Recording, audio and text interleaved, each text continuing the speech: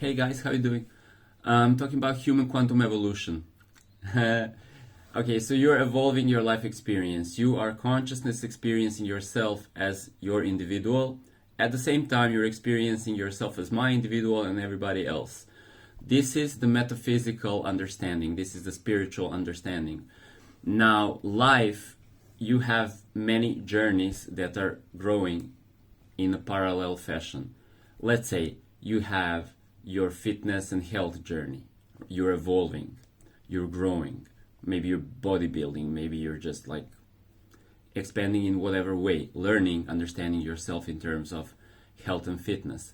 Then you're growing your money game, your business game, your service game. You're growing your metaphysical, quantum understanding, spiritual, if you want.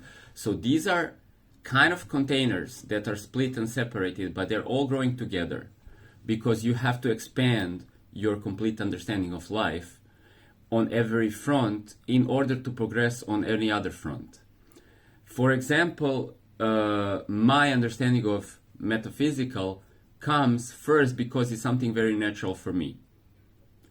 But then, where I'm more structured and business oriented, it's something that develops through me understanding myself as a spiritual being. And then, whatever I understand in my inner journey, that becomes reflected in my outer journey. And somebody else might be building, business and then growing also spiritually through everyday understanding of what happens. So we all start in a different circumstance. Even though we are all the same soul that is just copy pasted all over the place, we are coming in a different circumstance, different culture, different nation, different, climate. It will all influence the way you develop and what things would be more effortless for you. You will have a superpower. You will have something that is a part of your nature that is almost gifted to you based on your beginning circumstances in your hero's journey.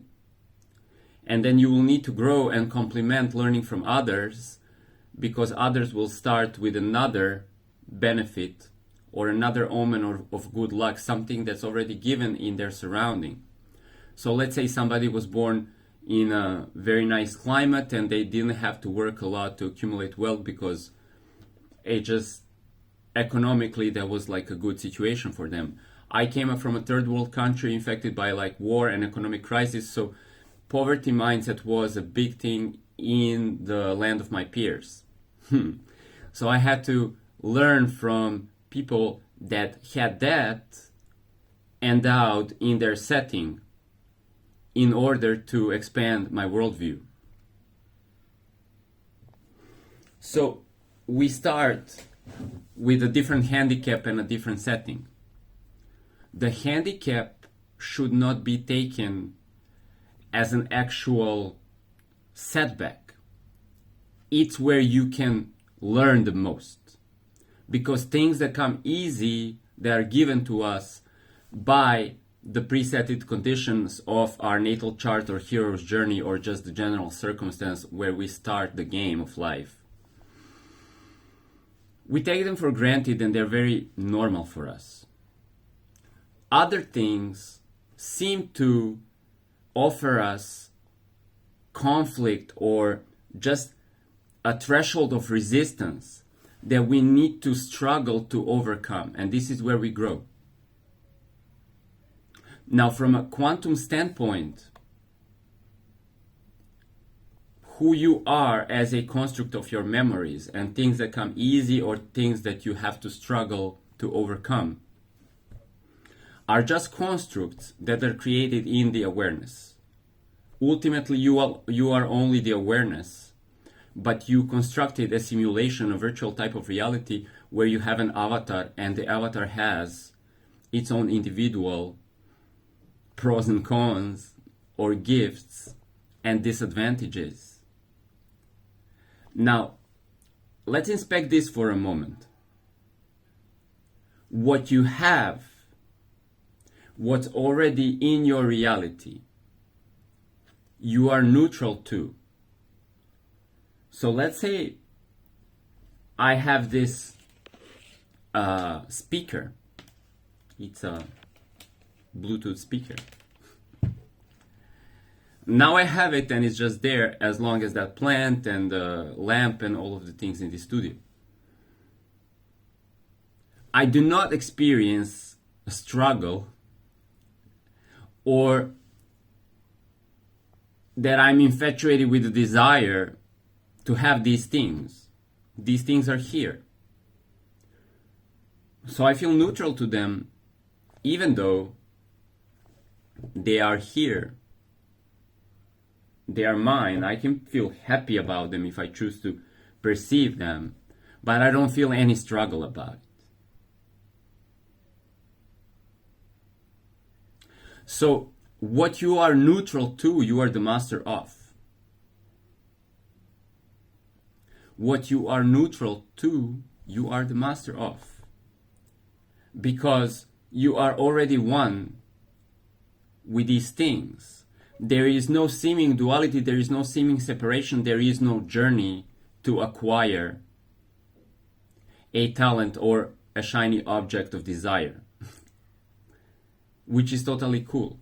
It's totally cool that you have desires and that you have something that propels you on the journey. It is about the journey because as a system, as a whole, as a universe, we are evolving the system itself, and every individual is a sub compartment of the system. So everybody's evolving together, and then we are evolving as one system at large.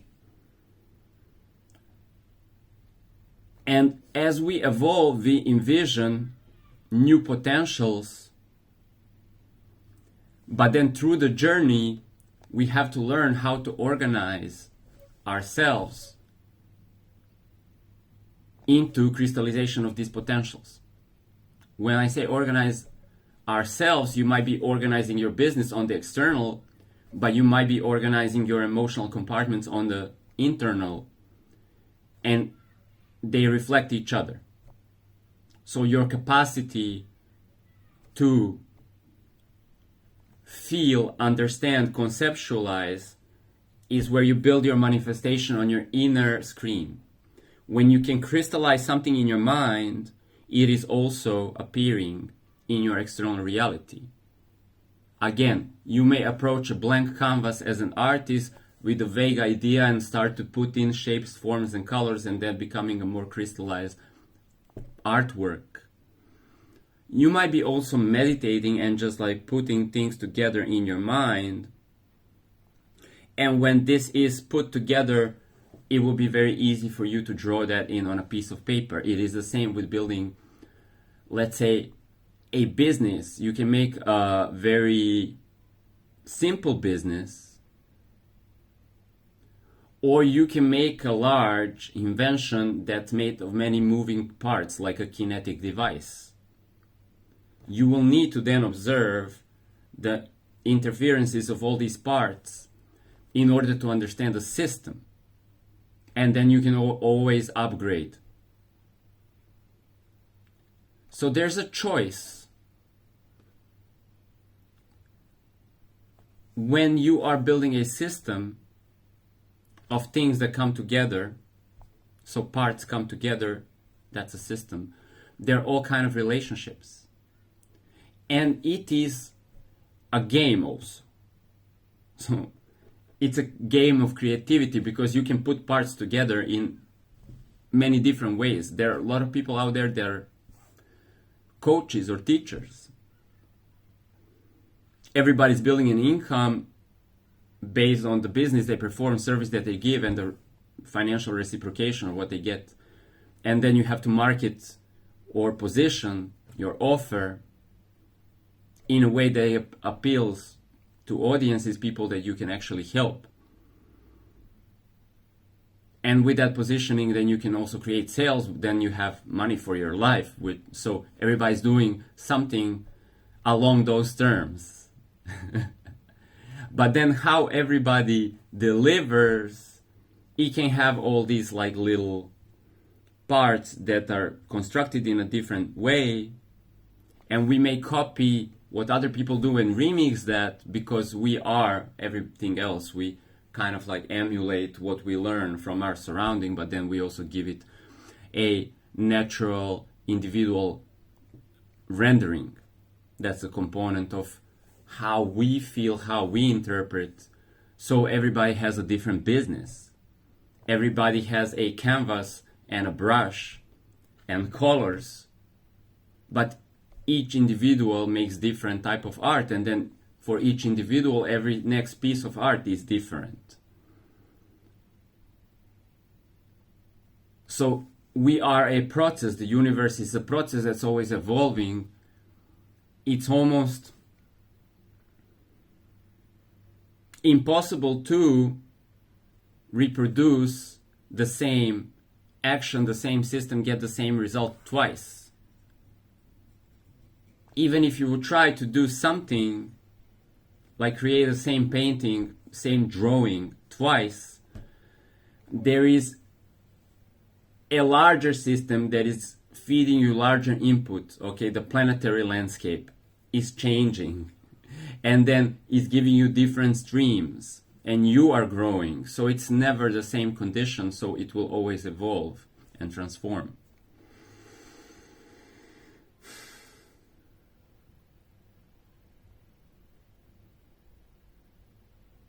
Now, if you make an automation, let's say I get a 3D printer, or even that I can from my consciousness molecularize and copy paste objects, because this is also a potential that you can tap into that field of reality where things are arranged into physical organization from a quantum potential, that you could be actually reproduce this whatever from pure consciousness. Or you can use a 3D printer now.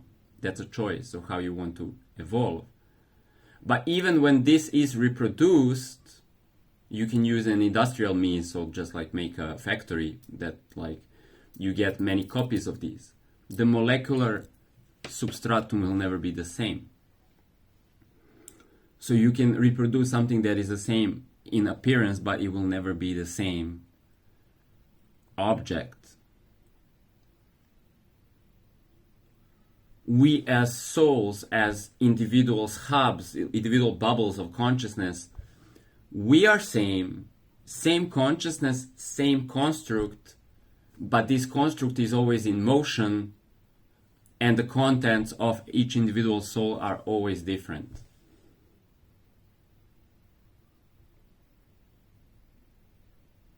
Same piece of paper, many pieces of paper. They look the same.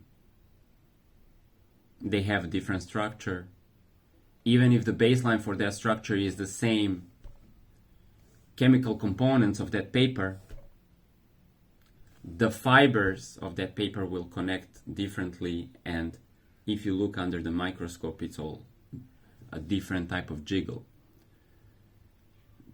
There is a field of turbulence.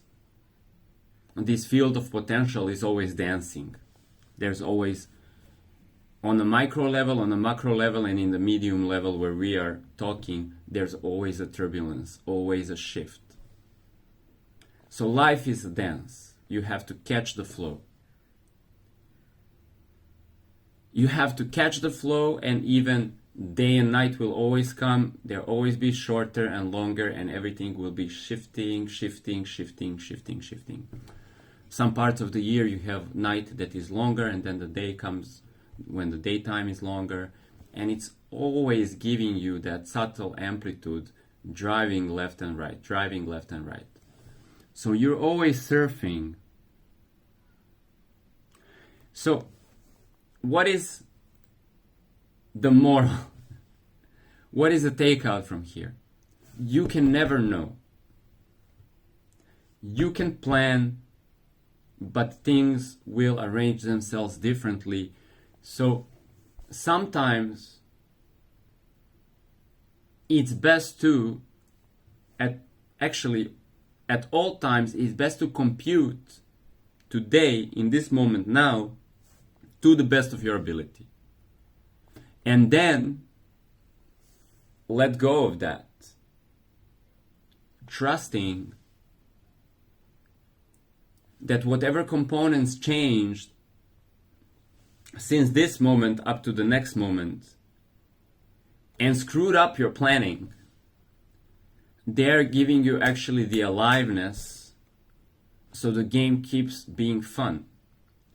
So how to let go of anything, because obviously here we have our awareness immersed into the experience, we have our hands onto the experience, and we want to actually crystallize something into manifestation.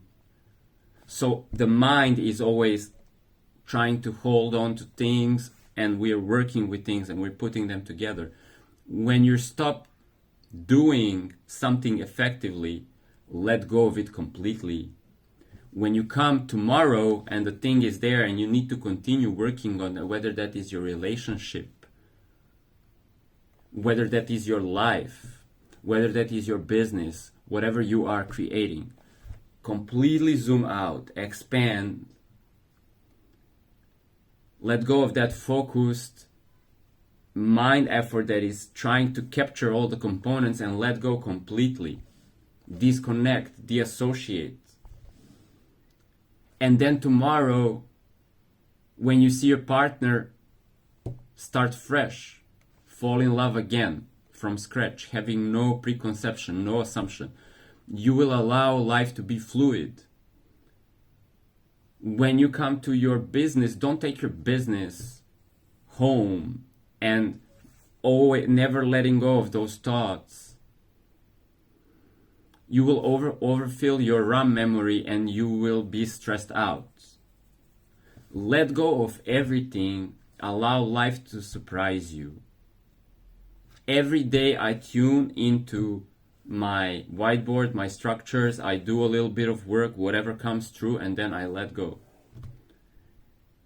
In the same way that I go to sleep, I'm not being paranoid whether this plant, this lamp, and all the other objects in my reality will be there tomorrow. Like, I cannot let go and go to sleep because I want to make sure that the plant is growing and the light bulb is like here, and all the objects will be here. They will not be rendered to me when I'm sleeping, because reality is quantum, so they exist as a construct, as an informational construct, but they will be loaded there tomorrow. And I trust that because I experienced for almost 40 years of my life that when I wake up, everything is where it used to be yesterday, before I went to sleep. Now, in the same way, no attachment. This is a very spiritual teaching, having no attachment to anything. It just means being able to also die each moment, or whenever you're done playing with this or that, you let it go. Tomorrow you can pick it up and you can play in another way and you can learn new things. If you are stuck, if you are still connected into the relationship that you had yesterday with this or that, then you will not allow life to move. And this becomes very constricted. We are trying to hold on to our knowledge and our assumptions because they give us a sense of security, but they're only valid when they arise. Actually, whatever I have said in this video, I will never watch it again. I will never think about this again. This is just becoming an integrated part of my experience that I'm sharing, and then when I'm done sharing it like, what is this knowledge for? Maybe it is to reflect something to you because you're finding yourself resonant with this transmission in your journey right now when you're watching this video. So cool. For me, I don't need to assume that anything that I've known yesterday, again, anything that I said right now, I don't need to hold on to that anymore. It's played its purpose. So now we're building a new constellation, but what has been constructed here will stay in the metaphysics of reality. The information is constructed. Now I can offload it from my mind and trust it can show up and recrystallize. If I ever need any segment of this observation, it can be prompted into my RAM memory and on my mind screen, and I can use it. As like closing tabs on your computer or closing apps on your phone. You close them, you can still open them. The progress that you created inside of a video game or inside of your Trello, or if you use something to organize yourself, it will be there. It will be there. And you can build on top of that. Hope that made sense. I see you guys.